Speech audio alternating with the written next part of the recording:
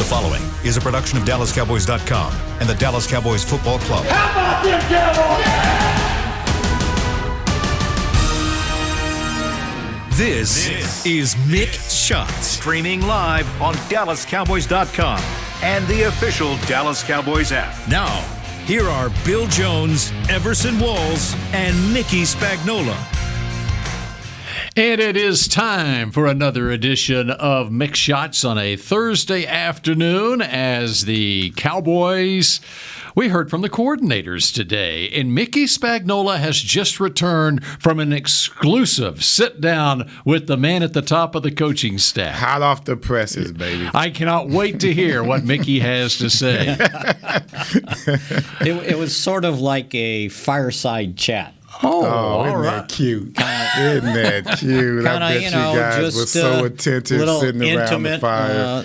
Intimate session with the head coach with about, 14 of the guys that cover the team as writers. 14? It's not very exclusive then. Well, yeah. Kind of crowded in that intimate Don't segment. make it sound like it was me and him on a one-on-one, right? Not like you and Jerry.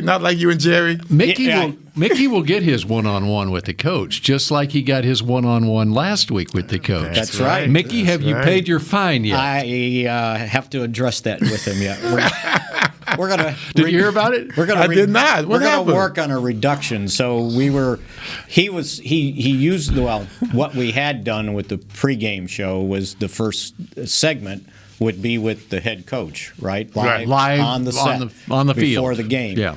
He didn't want to do it live, so we had to record it near the locker room about a half hour before we started. I don't blame the show. you too. I'd want to tape it too. Yeah, right. And so we're in the middle of our little one-on-one, and my phone rings. Wow. And That's a typical rookie move. And he goes, "That's $1,600." Oh. It was great because he didn't miss a beat. He was just answering the question, and he heard the phone ring. He said said $1,600. And then he answered the question, right? You talk about literally not missing a beat. That's the way James Brown used to do his band members. Right. He would stay on beat and tell them, "Gotcha." Right. So that's what he got you. So he got me.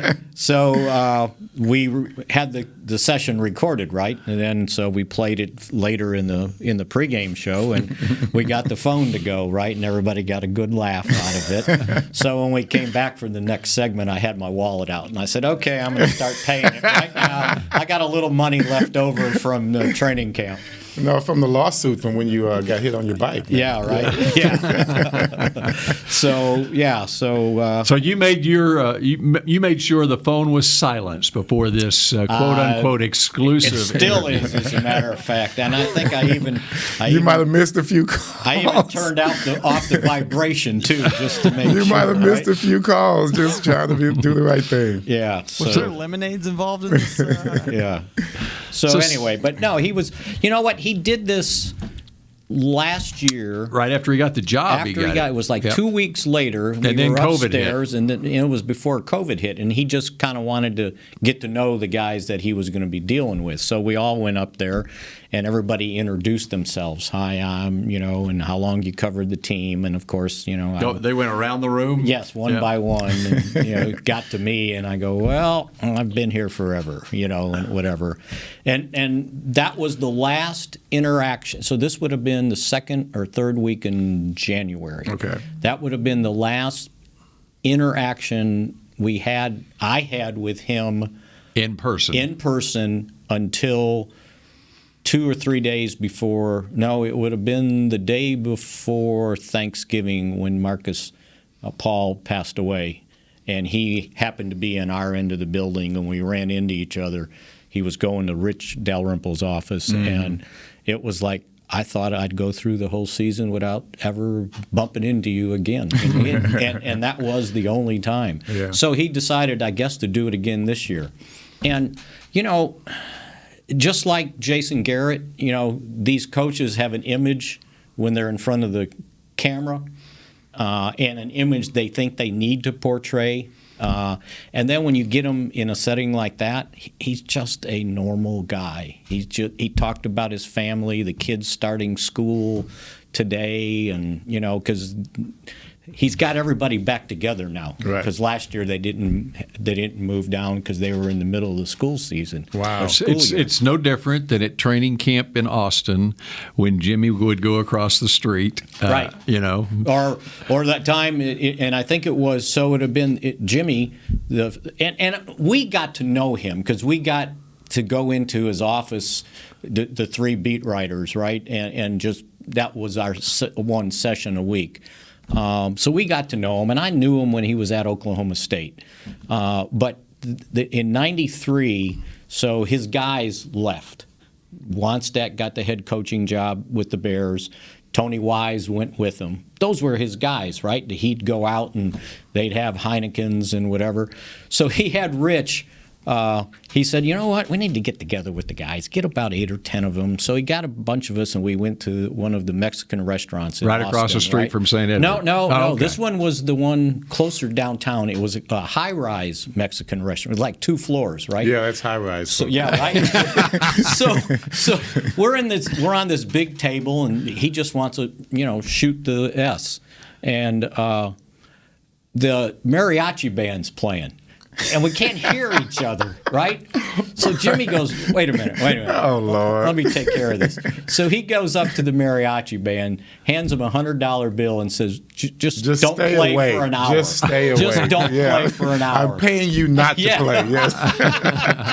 And they did, and they listened. And then, we shot the breeze with them. And, and it's like, yeah, that's the Jimmy you know. But he would do that also, yes. like on a normal Tuesday at training camp, the team is eating dinner or whatever, and they're going into meetings, and Jimmy would go across the street.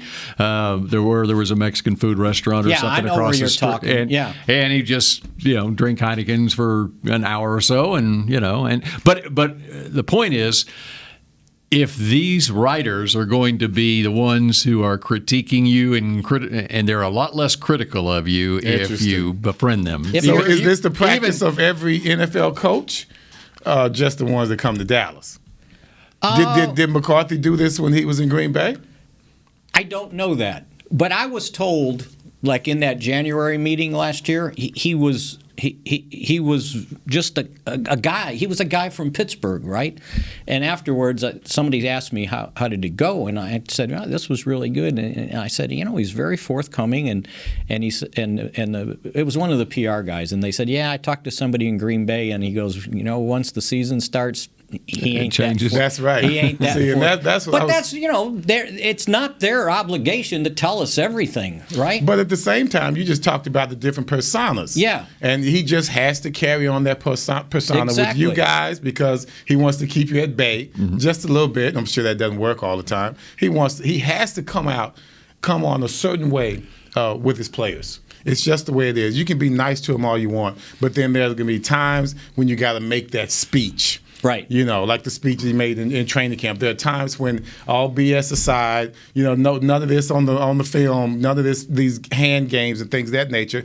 I have something serious to share with you. And by the way, they dogged him on his Austin Powers speech. I like the speech. Yeah. It was good. I like the mojo. Yeah. Uh-huh. They were dogging him nationwide about having your mojo. To me, that was all he was showing that, okay, we need to understand that when we get this turnover, there's a chance for momentum, so we need to have a sense of urgency. Right. Basically, that's what it was. He was telling them that they had to have a sense of urgency, and they had a fun way to do it. And the thing that I think he recognizes, and Jason Garrett recognized the same thing, is you have to do things to get your players' attention.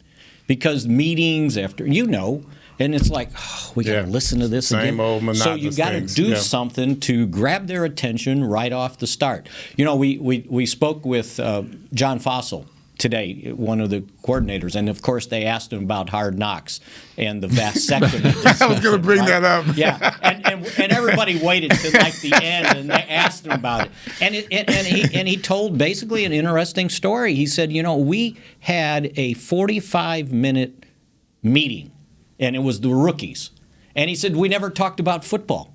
He said, we just talked about life, and I had guys tell me stories about themselves that I would have never known.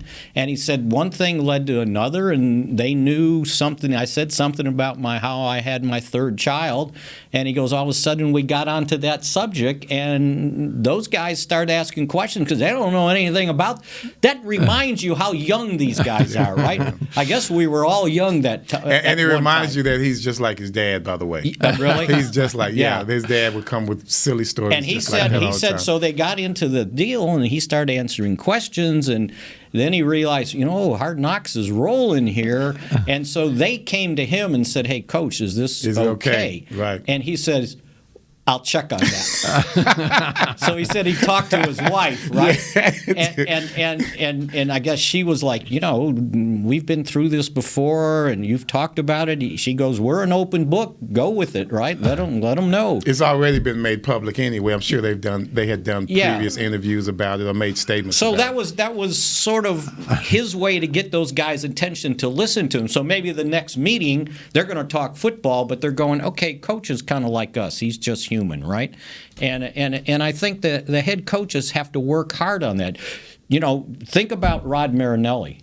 Marinelli, his defensive meetings, to get those guys' attention, he would have the people in our TV department put together a presentation. And it might be a wildlife presentation of lions in the wild and eating whatever, and attacking other animals just to get their attention. Yeah. And that's a common thing among coaches. Right. They do. And in fact, McCarthy does the same thing. And here, that's what he's doing. I don't know what the hell y'all are talking about. I don't know. Right. I know Tom Landry didn't do that. He didn't want to know anything about our feelings. Right. He didn't tell us about his vasectomy. Gene Stallings, all he did was just cuss you out all the time if you pissed him off because it chapped his ass. That was his favorite term. It just chaps my ass. Well, y'all could practice longer back then. Yeah, thank you. Yeah, they did that. They did us a favor, right? You didn't have a shot clock, right? That's right. Yeah, and so before the draft. I needed to do a one-on-one with him for the draft party, right?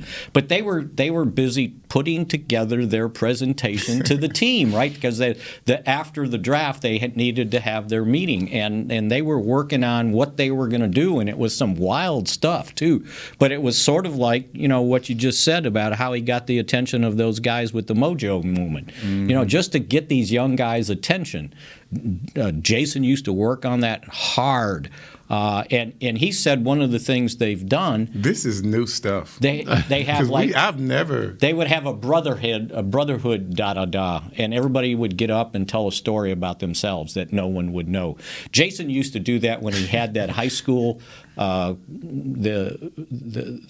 high school quarterback youth thing, yeah, where they'd bring in kids from underserved schools, and he had the players, like 6 or 7 of them, get up there and tell their story, how they got to the NFL. And it to these young kids, it made it real because they're thinking, that guy's kind of like what I am right now, and he got here, right?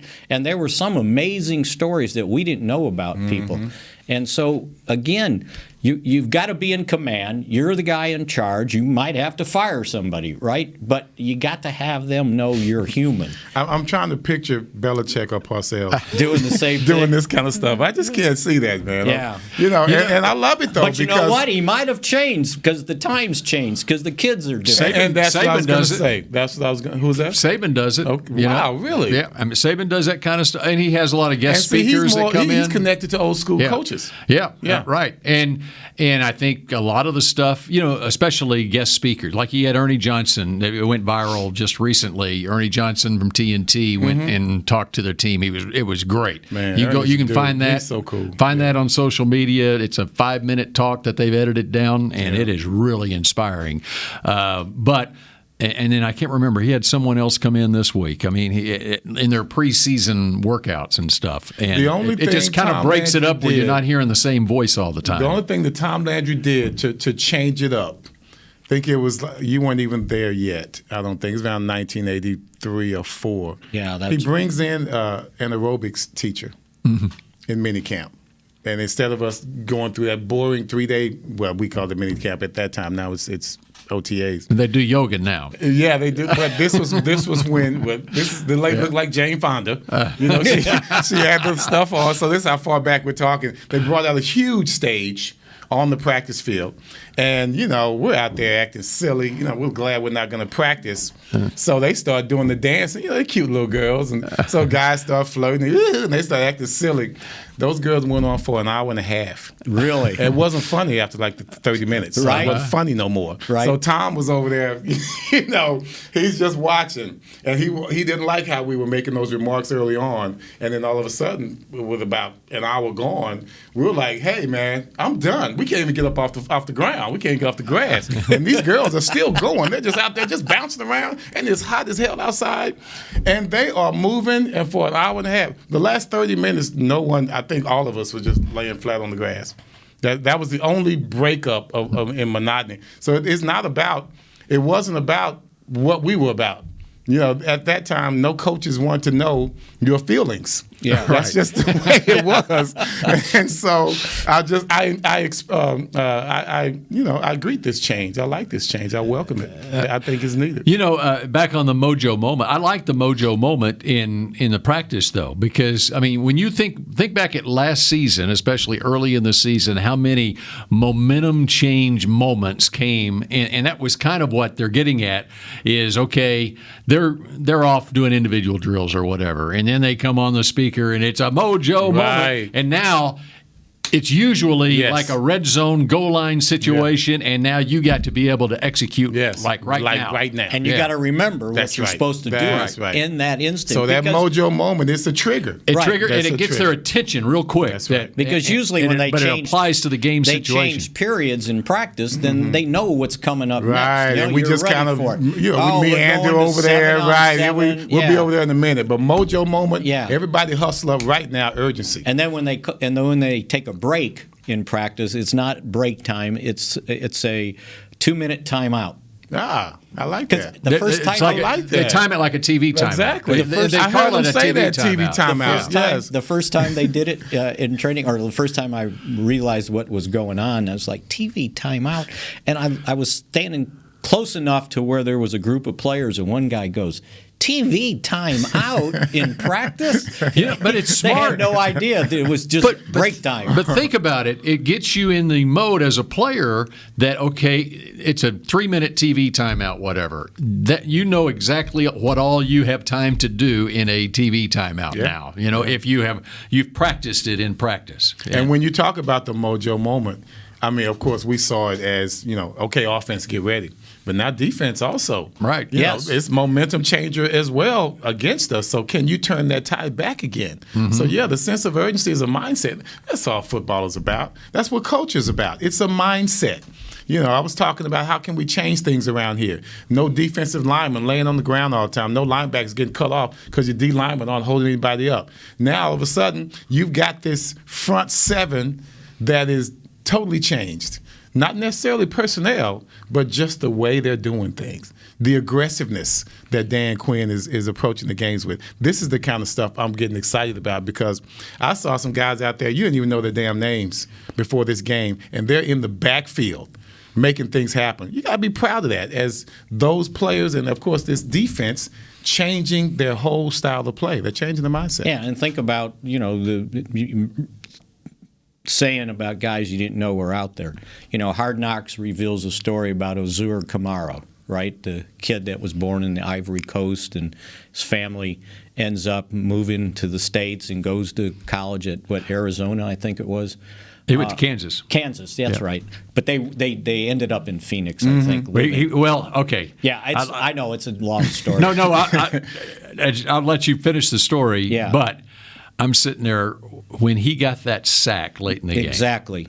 I'm sitting there. I got it written right here on my flip card. The Kamara story. As I'm doing the game, I want the game to come to me. I don't want to force Kamara was in the game earlier, but I don't want to force his story. He went to Glendale High School. Right down the street from that stadium. And in my research for the game, I'm going, okay, if Kamara does anything in this game, anything in this game, I'm telling that story about him and the whole thing about his family's from Nigeria. And so he comes off the edge, he gets the sack, and I'm ready to get into that story. And then Babe says, false start. False start. Yeah. But you know what? Because I'm calling the game off. We're situated way in the corner of the stadium, and so I'm not watching the live action. I didn't see the false start because I'm watching like you are at home on TV. I'm just looking at the TV monitor. I see him coming. I'm starting to tell that story. Hold on, false start. And so I can't tell my story because then in real time on TV, I got to sit there and let the officials Call it. false You can't start. talk And by over the the time we official. get through all that, there's no time to tell and he didn't have the sack. It didn't happen. And so, but it's funny because on Hard Knocks, they didn't have to do that in real time. They could go ahead and tell his entire story, and then at the end of it, and say, oh, by the way, it was a false start. It didn't count. It was like a Hollywood ending for them, right? And so you'll appreciate this. So when you finally saw the flag on the field, and I was in the press box, and I go, well, if it was such a false start, why in the hell didn't they blow the whistle? Right. Stop the play. They kept the play going. And Rob goes, you're going to argue a preseason penalty? I said, I'm just a little curious on where that flag dropped and at what time, because they didn't blow the whistle, right? They should have saved the quarterback, right? And remember, that was not the game-winning field goal. But it was the game-tying field goal. And that would have won the game for the Cowboys. That was the biggest play in the game. If you look at it, that was the biggest play in the game. If they don't call that false start, then the Cowboys win that game, whatever, Right. And again, it's a preseason game. I understand that. But here's the other part of that. Even for coaches like Cliff Kingsbury on the other side, okay? Think about it with the timeout situation. I think coaches have to, and especially a young NFL coach like Kingsbury, he's got to treat these preseason games as a laboratory for a regular season game and consider the fact in that situation, even though he's got his third team in there, that he can play this to understand that we kick the field goal now. We don't go for it on fourth down. We go ahead and kick the field goal. We've got timeouts in our hip pocket. We can get the ball back, and then we can win the game. He needs to play it like that. Right. But even flip it over to the Cowboys side. All right, so you got DiNucci in the game. After Arizona ties the game up, he needs to be thinking, and the coaching staff for that matter, but you're thinking, there was still over a minute left in the game. I've got it written down here somewhere, but it was a good amount of time left. They've got to be thinking at that point, okay, it's a tie game. We want to win the game, but we for sure don't want to lose the game. We don't want to give up the ball. And so instead of looking to throw it 20 yards downfield, we just need to move the chains and get it to the final 30 seconds. Exactly. And so you want to work the clock. So even though these are quote-unquote meaningless preseason games, this is the kind of mental stuff that they have to be working on to teach these players that this is how you manage a game at the end of the game. To me, that's a mojo moment. And even if you're teaching guys that aren't going to make the team, you just need to have. But DiNucci is a guy that they still have hope for, and it's a good way for him to understand the timing of the NFL and to win a football game at the end of the game. I think I still remember writing down 105, and I think that's what it was. It was 105, and I said to myself out loud, well, whatever. I said, way too much time. Right? And you're exactly right.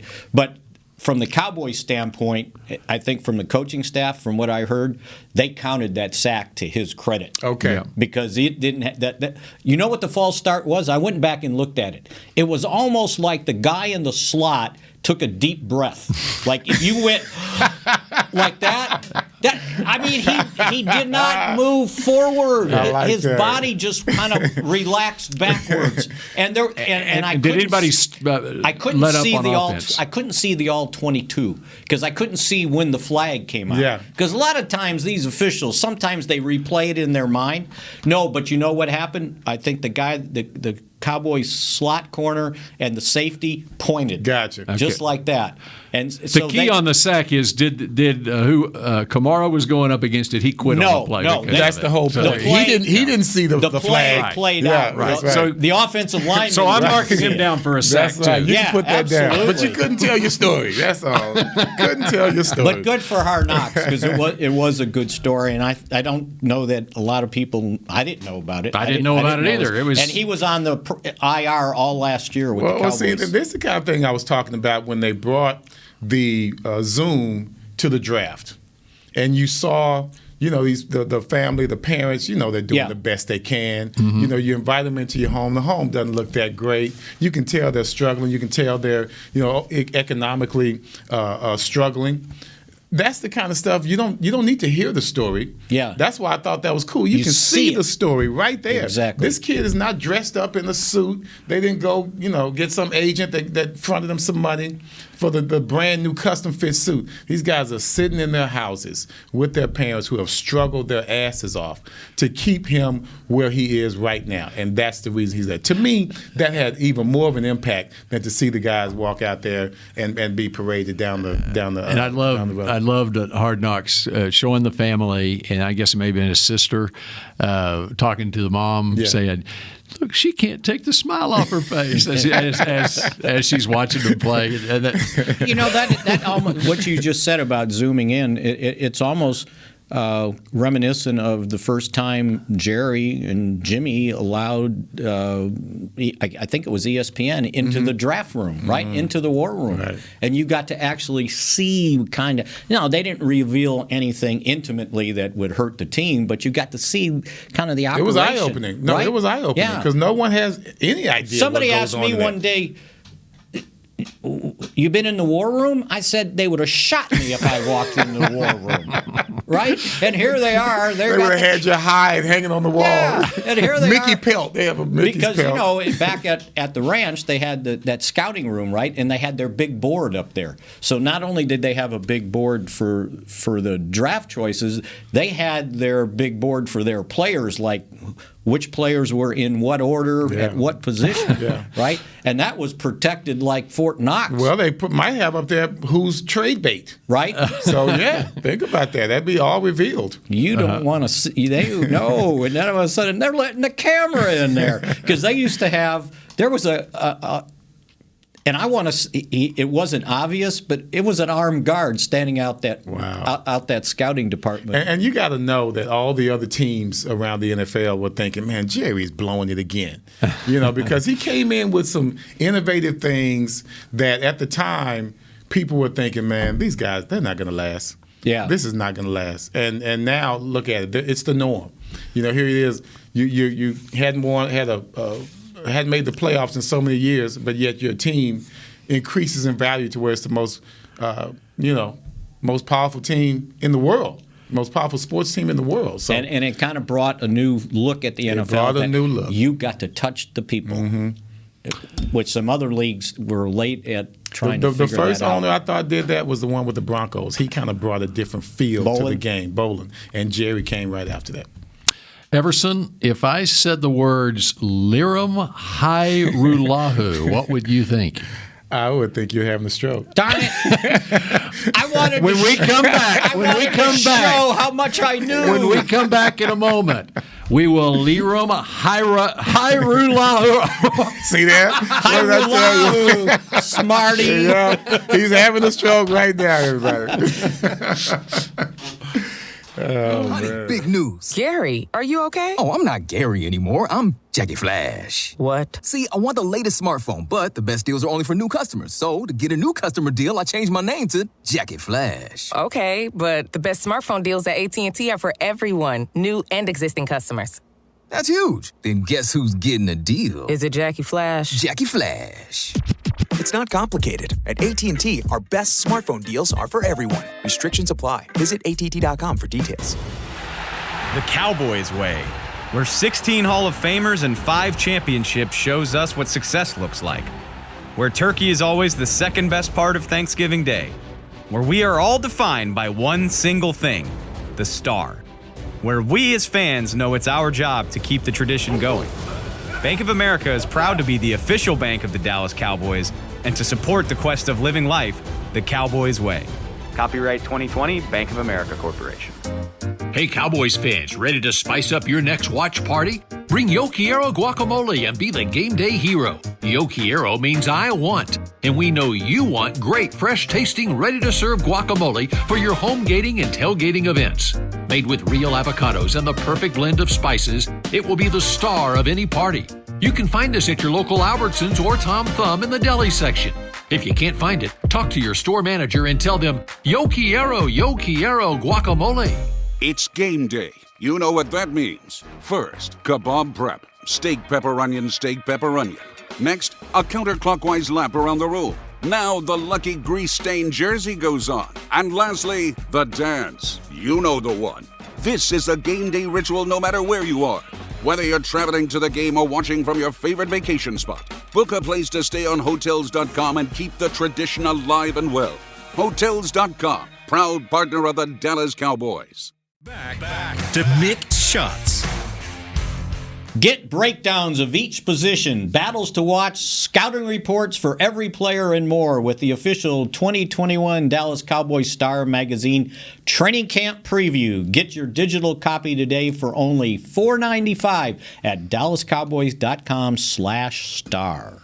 Dude, you got new glasses? No, Mick. No, these are the old ones. What's going on? He sounded very fluid, didn't he? That was impressive. That's funny you said new glasses. No, I lost my glasses at training camp. Oh, wow. I had some backups, and I know why they're the backups. So are these brand new ones? No, these are the backups. Oh, these are the backups. Well, damn, the backups are working well. You seem to read better with the backups. He does. Which is funny because when I just went to the eye doctor this week, the thing that had to get better was the reading part of my glasses. Mm-hmm. So, yeah. No, I don't think they Did you have to read for them at the eye doctor? Oh, you gotta get those lines. I mean, read full sentences and paragraphs. You gotta get those lines, those letter lines. He's not cross-eyed anymore. He looks good. Right? Okay, so Mickey, you read that great. Now, can you read the new kicker's name for us? Laram Hairulahu. Very good. Dang, that was smooth. It's actually pretty simple once you. Yeah, well, you got to get rid of all the letters that don't sound. You know, they're silent, right? There's a J. There's a J. Oh, I got you. Well, the J is an H. It's a soft J. Hi. No, well, but it's got an A before it. It doesn't have an I. It's pronounced high, but it's H-A-J. Yeah, makes sense. Yeah. Get out of here. Come on, guys. The J is usually an H or an I, so depending on the dialect. Come on, guys. What's spelling bee champion? So at Berkner or Grambling, did you have any Hairulahu in your Hamilton class? Hamilton Park Elementary, I had that. Okay, there you go. Anyway, I'm lying my ass off. So why are we talking about this guy? Why are we talking about this guy? The Cowboys worked him out today and then finally signed him because Hunter Nicewander came up with a back issue, and he wouldn't have been able to kick on Saturday. So they needed somebody to kick. They didn't want Steve Zerline to start until next week. Or Greg Zerline. Or Greg. Yeah. Steve, is there a Steve Zerline out His there? brother. Somewhere? No, you're thinking of Berline. Right. Yeah, Steve Berline. Steve Berline. Yeah, thank you. See there? Yeah, I know. We're old. My man helped me out. I guarantee you, we do not want Steve Berline to kick. Not to or quarterback for that matter. So they needed somebody to kick. So this guy's been kicking around.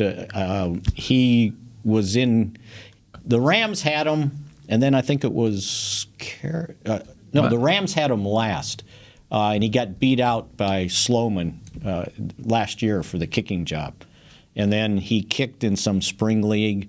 But he's been out of work. But he's made his money in the Canadian Football League. I was going to say, tell me there's more. No, there is definitely more. 6 years in the Canadian Football League, and he kicked the winning field goal for Toronto in the 2017 Grey Cup game. Nice. Won the championship. Clutch. For him. How far was it? How far was the kick? 34 yards. But you should listen. I could kick that. No, you listen. You need to listen to the call of the game because the guy, after he made it, he goes, "That was probably for this Liam guy the longest kick ever to look at, knowing that what was on the line, 34 yards." And the goalposts, right? Aren't they? Are you telling? Are they a little trimmer? What? I don't know. That was my next question. I can't remember if they're wider or skinnier. I don't remember. Skinnier. Because they don't want field goals in Canadian Football League. They want touchdowns. So now, okay, we were talking about the pronunciation of his last name, but it sounds like his first name is Lyram and not Liram. Okay, well, you just said Lyram. I said Lyram. Okay. Yeah. It is Liram. It's okay. Liram. It's spelled like I even wrote it out, Liram, on there. It's Lirim. Yeah. But Liram. And most recently for the Hamilton Tiger Cats, he was 47 of 55 on field goals, 85.5%. And he also punts, and that's big. Now, here's the other thing, because in fact, Mickey, I think after the show the other day, Mickey and I were talking about Nicewander, and especially in this COVID environment that we are still in, the importance of having a kicker and a punter, a guy who can do both on the practice squad. And so this is a great opportunity for Needham, because if he can show something, both punting and kicking here, when he gets an opportunity, he can have a spot on that practice squad. And because you never, if COVID hits your kicker or your punter on a Friday before a game and he's got to go into quarantine, then what do you do? Yeah, so. And think about this also, with Zerline coming back from back surgery, you better have a backup ready to go. But every team in the league, one of those 16 spots on the practice squad needs to be for a guy who can kick. Especially if he can do both. Yeah, right? Usually the punter is used as a backup kicker. Because if you think about it, remember, what was it, 2 years ago when I forgot was it Maher or the next guy was hurt, and Jeff Heath had to go out in the middle of the game and try to kick extra points. But even more so now, because you can wake up on Sunday morning and a guy is out. That's right. Got to have him right there. Can't go out and sign him at the last minute. No, yeah. Right. So anyway, they made that. Plus, you got to get him through COVID protocol in order just to be ready. So I have a question. You're the inside man, Spags. All right. We did all of last year, even though we were Zooming, and while Dak's going through his surgery, I heard him say something extremely interesting about his ankle surgery. The second one? Yeah, the second one. He said we kept that under wraps. They did until... I didn't know. I never knew. I can't remember if it was the end of the season or it was in late December. Okay. And I think there was some swelling in there, so they went in there in whatever they needed to do. Could you imagine if everyone knew that he was going to have a second one? A second one before he went in? Yeah. Could you imagine the S show that would be, least,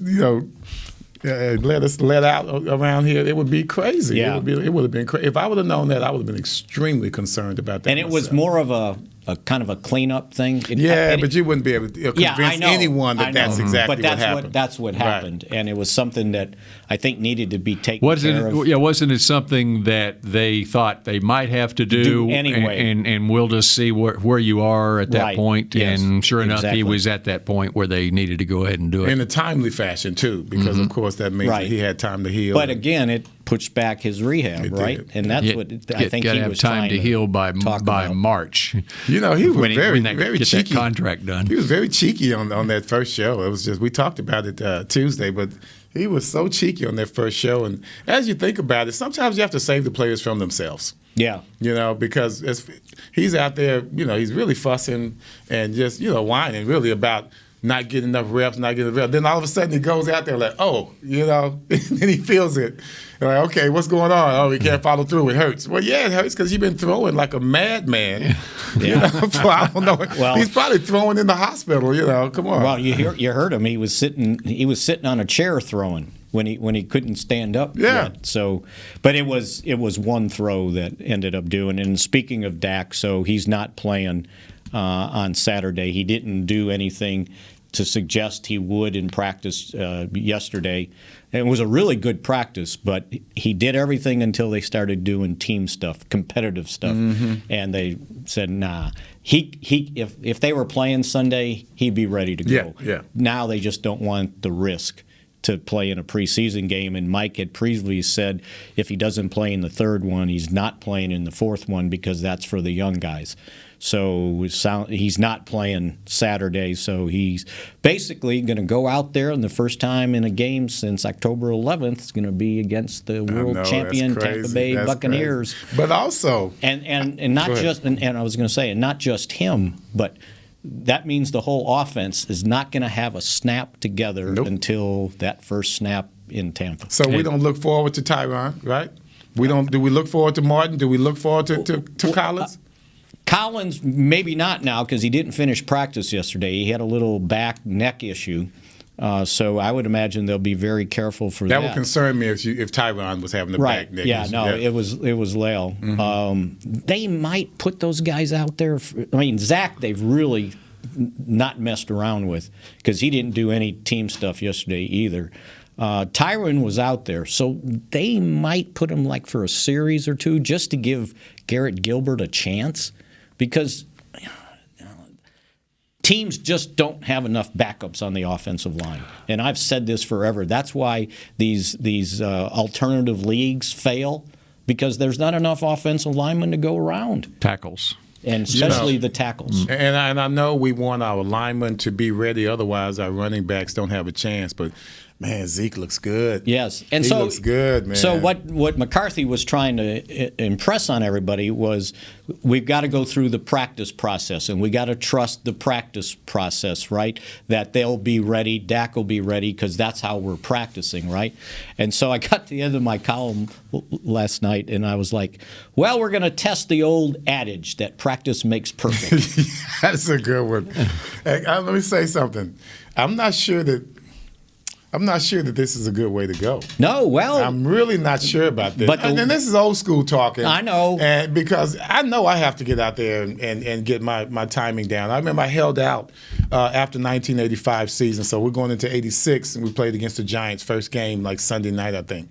And I was okay, but I held out the entire training camp. And I only had like maybe 2 or 3 days preparation before the opening game. And I did not feel well about it. I didn't feel comfortable about it. I played okay, but I know I would have played better if I only had one pick that game. Well, I don't know how it affected the rest of the team, but if I remember the first meeting against the Giants in '86, you guys won. Yeah, we did win, but defensively we sucked. Yeah. Yeah, we gave up too many points defensively. Well, not just my fault. So just so I throw that out there. But because you had at the halfway point, you had the number one offense, it didn't matter, right? You just outscored people. But here's the thing, though. Once again, Zeke looking really, really good. Right.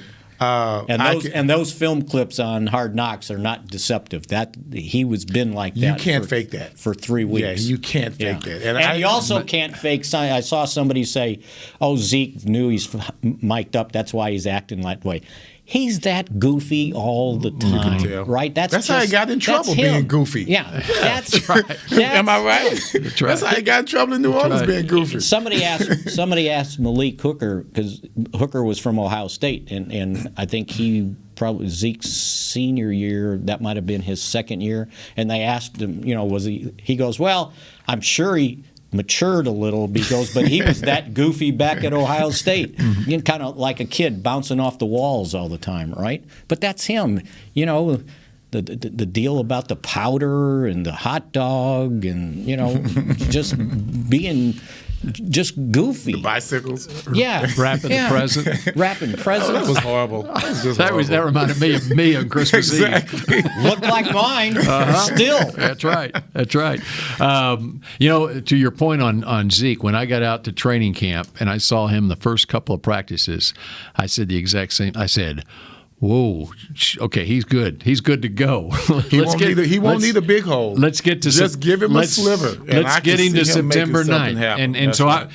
I think in the first episode of Hard Knocks, they may have talked about it. McCarthy, okay, yeah, we're talking with Jerry. Steven. It was Steven. I thought he was mostly talking about Dak. No, there was one point they were talking about Zeke. Giving him anything in preseason. And I was I was thinking not just preseason games. I'm going in practice. Can you just let him run on the side? And could you imagine if we used him as that weapon down the field, passing it to him as a receiver? He's got that ability. Yeah, and like you say, you don't want to show how he ended up wide open going down the middle. Right. We don't want to show what that play was. So we'll give you the tail end of that one because that was clearly something that they need to work on, and they're going to use that play. Oh, heck yes. Yeah. And that reminded me of the pregame interview I did with McCarthy, and I said something about Micah Parsons. And I said, gosh, you're using him so many different ways, how's he handling all that? And he goes, well, now, Mick, that's giving away some game plan secrets. And so we know he's going to be all over. And then he answered the question, right? I take it doesn't take a genius to figure out they're going to use him in a variety of ways. That's why I've quit calling him a linebacker, Micah Parsons. It's football player, Micah player. That's it. FP. He's all over the place.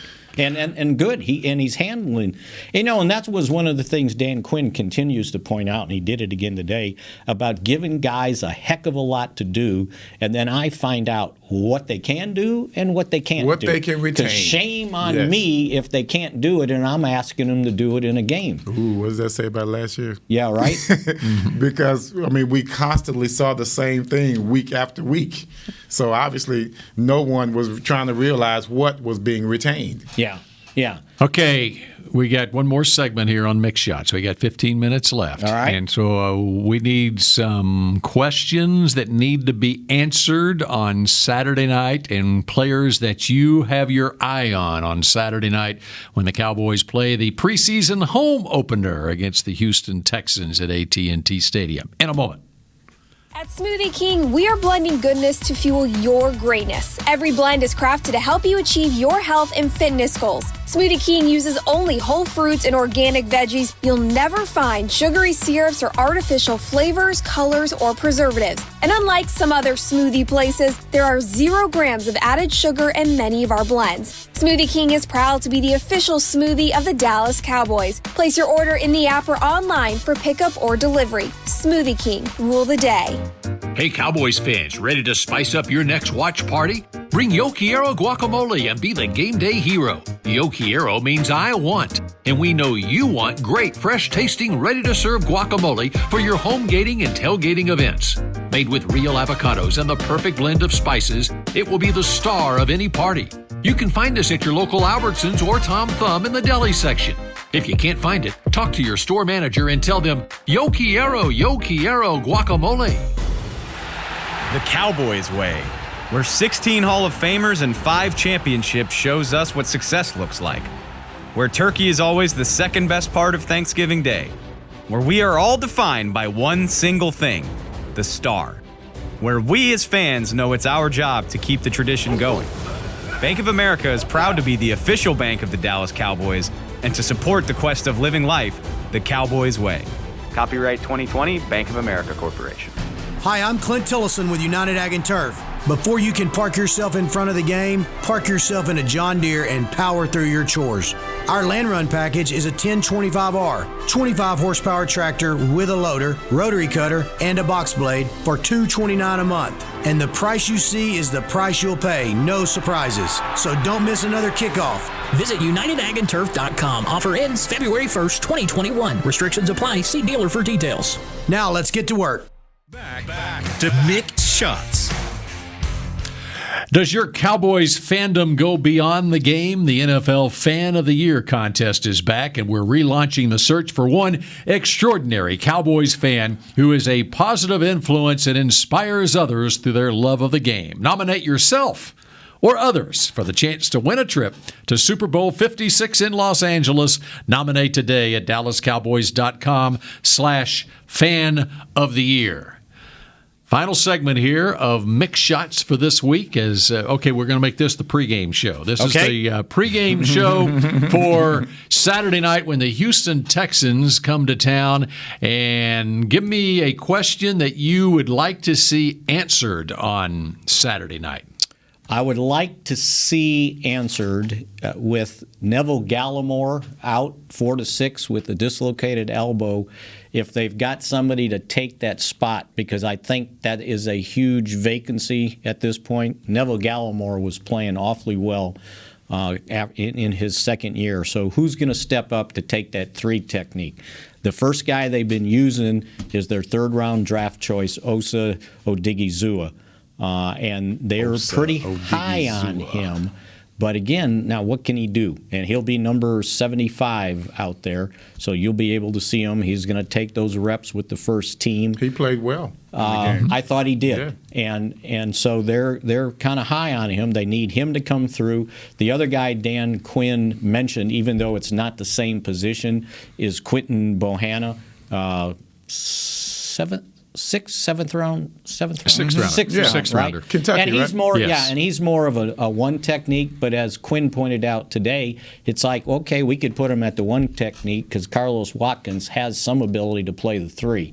The other thing that Justin Hamilton is another guy that they can rotate in there, see what he can do, and then in pass rush situations, if they get Terrell Basham back on the field. He's a defensive end, but he can move inside. He's big enough to do that too. So they've got a couple different ways they can go at that position while waiting for Neville Gallimore. And they got a decision there, Bill, to make. If can they put him on the 53 for 3 more weeks and say, okay, you'll be ready to go in Game 4? Or do they put him on 53 and then the next day put him on IR and all you got to do is miss 3 games? And then you would be ready the 4th week if you're physically ready. So they got to do a little bit of roster massage at that position. And the timing of the injury, it happened a week ago, basically, Right. less than a week ago. So we're 1 week into it. Dislocated elbow, and 6 weeks? 4 to 6. 4 to 6. So even if it's 6. And we're 3 weeks, right now we're 3 weeks from the opener. So you'd be at 4 weeks at Tampa Bay. Right. All right, then you got at the Chargers, then home against Philadelphia. And I would say you go IR. You probably let them have because even if it's healed or after you're off that time, you're going to need a week to get it back in shape, and then a week to get ready for the next game, right? So yeah. And did he look smaller when he came in? They said he was quicker, and he had a great offseason. Yes, he was one of the winners of the offseason workout program. You hate that, man. All that work, and then that happens. That's how he'll be salivating when he comes back. Yeah, absolutely. So that'll be my first one. Well, along those lines, I mean, like Nicewander. I mean, he's having a nice camp. He's showing, and now he comes up with an injury. And at the timing of it at this time of the year, you have an injury, and for roster reasons, they got to waive him injured, and they will put him on IR, and he's out for the year. Shewo Alanalua, the fullback, he really showed something in that first game. Has a neck injury, was impressive out for the year. Was that his offseason was impressive? That's right. Yeah. Right. All so speaking of Alanalua, Nick Ralston from Argyle, down the road here a little bit, high school. He's the lone fullback on the team now, and they're going to give him an opportunity. John Fossil was talking about his special teams play, and for basically to convince them that, okay, you'd like to keep a fullback, this kid can play special teams, and he had 2 tackles against He played Arizona. A little linebacker at Arizona Right. State, too. Yeah. And he had Fossil talked about the one tackle he made. He said this was an offensive guy, a fullback, and he shed 2 blocks to go bust through and make that tackle. He said, so we're going to see if, can he help us on special teams? You know who he tackled? Who is he tackled? That Eno Benjamin. Oh, yeah. It was on the opening kickoff of the second half. He went down and made the tackle. It was a really good tackle, what you're talking about. Eno Benjamin was the running back at Arizona State, and Ralston was his fullback. He was his lead blocker for 3 years. Very nice. Yeah. Right? So anyway. Hey, buddy, how you doing, man? Good to see you. Let's talk after the game. And in the Arizona game, they used him in some fullback situations near the goal line or whatever. And so let's see what happens. He had a good block on Zavin Collins, first-round draft pick linebacker on one that you play. Going into the draft for the Cowboys, as a matter of fact. So, let's see what happens. And, it's another good Hard Knock story. Local kid, undrafted rookie. We know about undrafted rookies. I want to, and nobody asked, but I was waiting on Bill to ask me, but I want to see a better passing game. Okay. And it's not just coming from Gilbert. That's not really the point. It's not really how they protect. I want to see what our backup wide receivers can really, really do. I haven't been too impressed with any of them except for the kid from Stanford. Fihoko. Yeah, he's been doing very well. Trying to see what kind of backup tight ends we have. Is there anything there? That I mean, if you can't even show for this game, you can show for another team in case you get cut. What are you hearing on Sean McEwen, the tight end, as far as high ankle? Yeah. So that's at least now he's shown something. 84. If not, he got hurt in the game the other night. If not 4 weeks, so that gives an opportunity to Jeremy Sprinkle, 87. Because if they decide that maybe McKeon has to go on, returnable IR, then they'll need a third tight end. By the way, it's McEwen. McEwen? Yeah. I know. What did you call him? It's spelled McKeon. It's spelled McKeon. Oh, here we go. It's MC capital Keon. How you get McEwen out of that, I don't know, but that's the way it is. Yeah. There got to be a U in there somewhere. Yeah. but even so, I keep getting this receiver. I keep telling this receiver, it's Brown, right? 85. Noah Brown. Noah Brown. I want to see him do better. I want to see him really show, okay, I'm out here with these backups. I want him to play as a guy that's playing against backups. And he's probably considered the fifth guy. Mm-hmm. Hanging on with a thread to me looks like hanging on by a thread. I used to be all over them because every time somebody'd ask about Noah Brown and they'd say, well, he's a good blocker. And it's like, I don't want my wide receiver to be a good blocker, right? I'll put another tight end out there. Well, he probably didn't like it either because he lost weight last year. He reshaped his body. Yes. He looked like a wide receiver. He's faster. Now he's got to be a little bit more assertive to get because you mentioned Bill Fihoko or you did, and it's like, okay, if you're only keeping 5, maybe that fifth one's up for I'm grabs. telling you, he's hanging on by a thread. And Fihoko will be coming less on expensive. strong. Money. That's exactly he is right. coming on strong. I mean, it'll be at least 1.2 When they drafted him, left. I had a feeling that this would be a matchup between these two guys. And so now you're talking rookie money, $600,000 as compared to 1.2 million. Actually, 2.1. So you better make it worth your while. You better make it and worth then their special while teams to will play. come in because Noah's a good special teams player. Well, he better be. So do I convince him that I'm the fifth, or do I convince him that you need to keep 6 wide receivers? Right. I think the first 4 spots are pretty much taken because Cedric Wilson I think he's really good as your fourth receiver. I like Cedric. And he helps you on special teams, right? Except when you call an end around. That ain't his fault, man. Let it go, Spags. Let it go. It's not his fault. Throw the ball. So that's a good spot to look at. Now they're going to continue giving Conor Williams some snaps at center in this game. I think they like the way he's handling everything else, but if you can't snap the ball, you can't play that position. Let me clarify something. Now, the $2.1 million's on who? Brown. No, he's got I just looked it up. He's a 1-year, $1.127 million deal. He did. So he was not a restricted. He's in his 5th year. Restricted. No, he's in his 5th year, and so they signed him. Cedric Wilson is. There you go. And that is a huge deal, and very smart on Noah Brown's part to keep his salary down in a range to where he won't be too expensive. Yeah. You want to make that extra $1 million, but you want to make the team. Does it show? You want to get the first $1.1 million. What his guarantee is? Because they probably gave him guaranteed at signing $137,000. Total guaranteed $137,000. Oh, so they basically gave him the veteran exception. Yeah, there you go. Because that means he doesn't count as much against the cap as it shows, because they gave him the minimum signing bonus. Yeah, the cap hits $987. They may have done him a favor. Yeah, right? Yes. Did himself a favor. Yes. And it shows that they value him on special teams too. Right. They wanted to make it manageable to where we want to keep you. Right. You know? So. But anyway, go back to the center spot. They just want to give Conor Williams needs snaps. He's never played the position before, so now can he do it? They'll give him opportunities. Speaking of people coming in looking differently, does he look stronger? Yes, because he needed to. Yes, and I think he has.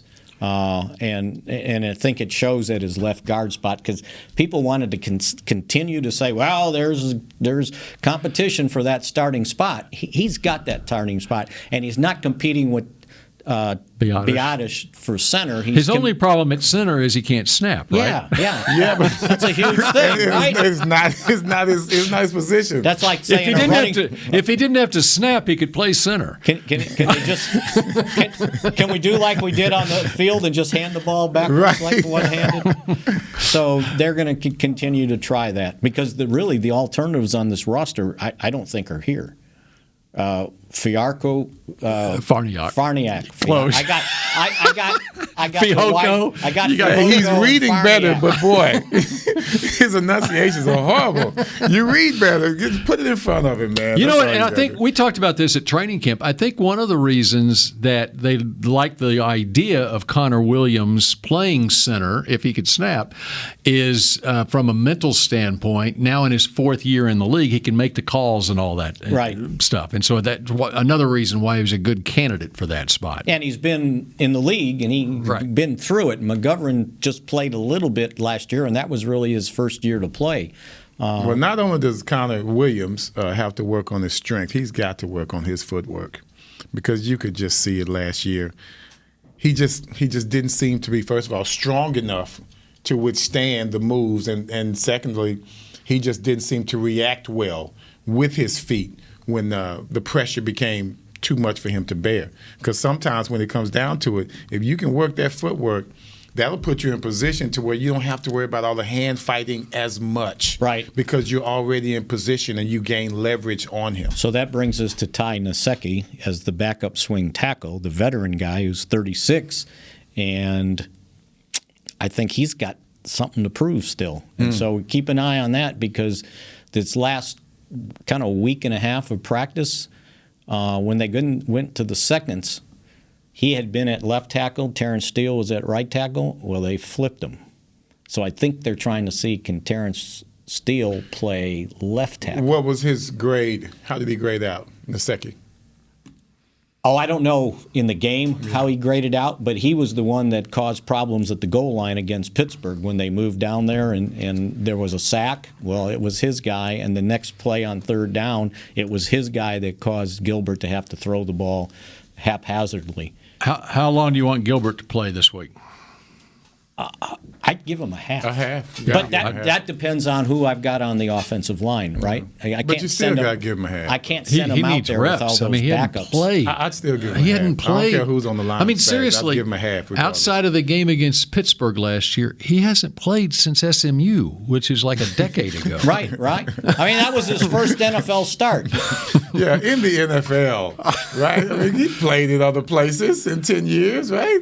Not really. No? I don't know about his preseason, but well, he played. Nobody played preseason games last year, so he played in that AFL. I mean, he did. He played 4 games. He played 4 games for the Orlando Apollos, and then the season got XFL. Cut. And actually, he was playing well. He too. was. They went first place, weren't they? I don't know that. Who cares? I'll go.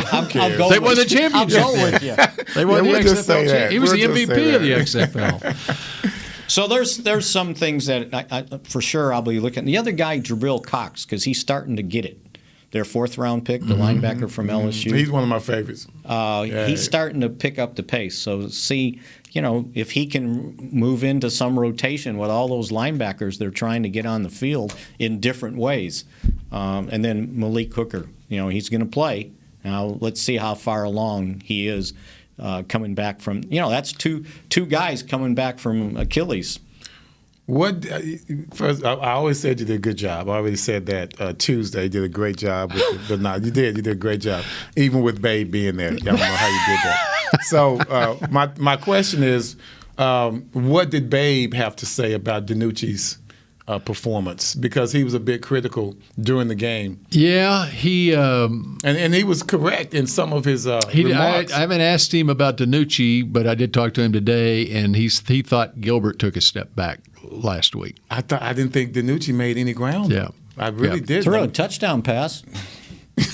Okay, he did. Okay, that's right. I think it was just I'm still looking for the grown up because he still looks like. His arm is a little too weak. He still looks like he's doesn't have the NFL body. There's nothing wrong with his arm. I think it's his how quickly he recognizes things. But the motion is he's throwing sidearm. Yeah, all the time. Way too much. Yeah. And then the other part is under pressure, he's got to step up to throw the ball, even if he's going to get hit. He's fading. He's stepping he back. fades. He stepped back, and you don't want to be thrown off. And that is almost like he's throwing like this. And you know what? I think it was on Hard Knocks when Nussmeier was talking to him, and he was talking to him about your eyes. He goes, "Why are you looking over there? There's nothing there. You were supposed to be looking here." And so those are things that, a guy that hasn't played much since college, he's got to get snaps. And so I'm sure they would like to give him a half. I don't know what they're going to do with Cooper Rush. I just think if Gilbert's your backup, Cooper Rush, you're wasting your time as the third guy. And nothing against him, but that guy should be somebody that's young that you're trying to develop if you keep three. Right? Otherwise, DiNucci, you put him on the practice squad, depending on what you need on the 53. You got to keep three, right? But I would think. Yeah. Somehow, some way, right? So, yeah, I just want to see that kid play because you watch in training camp, he can throw the ball and he can run, which, that was kind of Tony Romo's deal when he first got here, Romo could run, he could throw it, but you never knew where he was throwing it. Well, the defense did. Yeah. No. I mean, he would miss guys 10 yards high sometimes, right? And I could see. Parcells. So are you saying that you see some Tony Romo in Ben DiNucci? Both played the same level of college football. Mm-hmm. Both got in the league. Well, now DiNucci played some major college football at Pitt. Yeah, too. and he transferred, right? And then he was one of those candidates to win the Walter Payton Player of the Year award. Mm-hmm. So. Played the national championship game. I mean, if the Cowboys had judged Romo the way he played in his first two preseason, not even preseason, training camp, he'd have been out. Because he wasn't accurate. And his arm. And his coach didn't even back him. No. Remember Parcells? Oh, yeah. Like, you guys will never win a championship with this guy. Yeah. So there's hope for DiNucci. Yes, I think there is. But who knows how long they can He reminds hang me, in there the way he him. talks, he reminds me, he's got a confidence level about him that reminds me of He's Romo. got to get another half. I think you're looking at Gilbert first half, DiNucci second. And then, regardless of what happens. But then he's got the last game, too. This game, he's got the last game. Maybe you give him the start in the last game and see what happens. But they got to find out. They got to know what Cooper Rush is, right? He's been here. They got to know, but they don't know yet about. So the determination they're making there is whether they keep three quarterbacks. DiNucci's going on the practice squad, right? Right. Yeah. Okay. You're putting him on the practice squad. If he's on the right? practice squad, then they keep two on the 53. Oh, okay. So you're not saying if you They're get not going to DiNucci, keep four quarterbacks. right? Okay. Yeah. Right. Yeah. Okay. And it's DiNucci, Right. okay? Yeah. Okay, I think Is we're DiNucci? past time. DiNucci. That's what McCarthy calls it. Okay, that does it for this edition of Mix Shots. When are we going to be back on? I think next week we were supposed to do Monday, Wednesday, Friday. Okay. In the racing. All right, Christopher. Chris Thank you, sir. There you go. Monday, Thank you, Wednesday, sir. Friday, same bat time. We hope. Who knows what time they're practicing? Depends on the practice schedule. If they decide to practice next week, then we will go at 2 o'clock or whatever. Okay. Okay. All right. Enjoy the game. We'll see you Monday. Go Cowboys. This has been a production of DallasCowboys.com and the Dallas Cowboys Football Club. How about this, Cowboys? Yeah!